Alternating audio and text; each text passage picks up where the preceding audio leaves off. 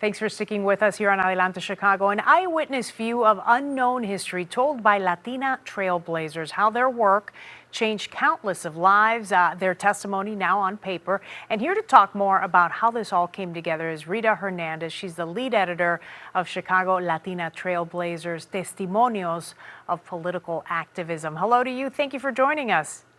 Thank you so much, Lourdes. It's a pleasure to be here. Of course, it is so great to document the Latina story. You've been working on this for years and years. Tell me what that was like as you heard from many of these women and you started to see their stories come to life.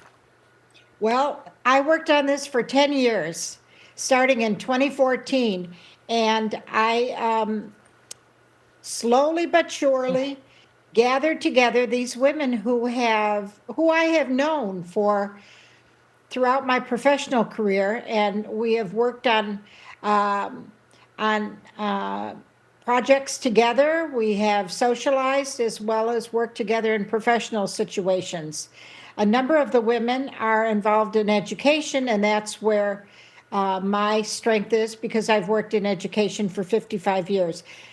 And the other advocacies were in healthcare was one of them. Politics, yeah. Right. So, media. Let's go through the list of some of the women that are in this book. Aida Giachello is in the book. Who else? Go ahead. Carmen Velasquez and Carmen Mendoza. Those three are in healthcare offhand. Also, so is the daughter of Maria Cerda, Marta Cerda. Now, Maria Cerda was an advocate for, first of all, she was the first Latina to be a member of the Chicago Public Schools Board. And it was interesting because in one meeting, the first meeting, they introduced her and she started talking immediately in Spanish. This is among all these white board members. And they said, "Maria, we don't understand you." She said, "That's precisely the case. You don't understand me. The children who sit in front of these teachers do not understand the teachers. We need to have bilingual education." And that was the beginning, one of the beginning points. Yeah, and they all tell their stories of how their journey sort of shaped the Latina story that we live today, right? Absolutely. For example, the advocate Virginia Martinez, the lawyer who began the district office of MALDEF in Chicago, she had a lawsuit for the gerrymandering that was going on in the city of Chicago. And as a result, they were able to redistrict and finally got Latinos as aldermen, which prior to that had not happened. And with that came the election of the first Black mayor of Chicago, Harold Washington.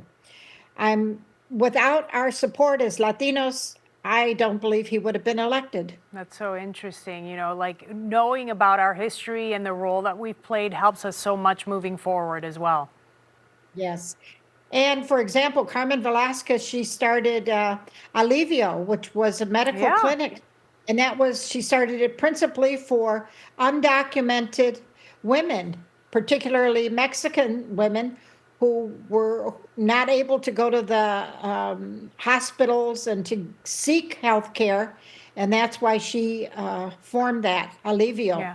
And it has now expanded into other places, other clinics around the city and country. They use that blueprint for other places. Yeah, and not only are the women have been so instrumental in making sure that we shape Chicago, but organizations like Mujeres Latinas en Acción, which, as many of these women, as they tell their story, we know the role that this Pilsen organization played in making sure that they were successful, that their messages got out. Obviously Mujeres Latinas, one of many organizations that helped do that. Absolutely. There are a number of trailblazers. Our group is simply one portion of the many women who have fought and advocated for a system renewal, and that's okay. We need to have more of these books too. Okay, I love it. Okay, so moving forward for the next generation, what do you think is the takeaway from the book? What do you want them to do? What can women like me who are sort of living in our communities right now, what can we be doing? Well, first of all, I want to mention that people can attend our next museum event. We're having 3 museum events in Chicago. The first was at the Mexican Museum. Then there was a Chicago History Museum. The third is the National Museum of Puerto Rican Arts and Culture, and that'll be April 17th. All right. So it's upcoming. People can go get online and register for it. But what we need to do is continue, as Maria Cerda said in La Lucha, to continue the struggle for educational equity, and not only through pre-K through grade 12, but we need to demand inclusion for the university level, both as students and professors. All right. We not have enough. And there you go. We're looking at some of the pictures of the event that you had here at the Chicago History Museum. There is the cover of the book. Again, tells the story of so many Latina activists here in the Chicago area. I appreciate you, Rita. We'll talk to you again soon. Thank you so much.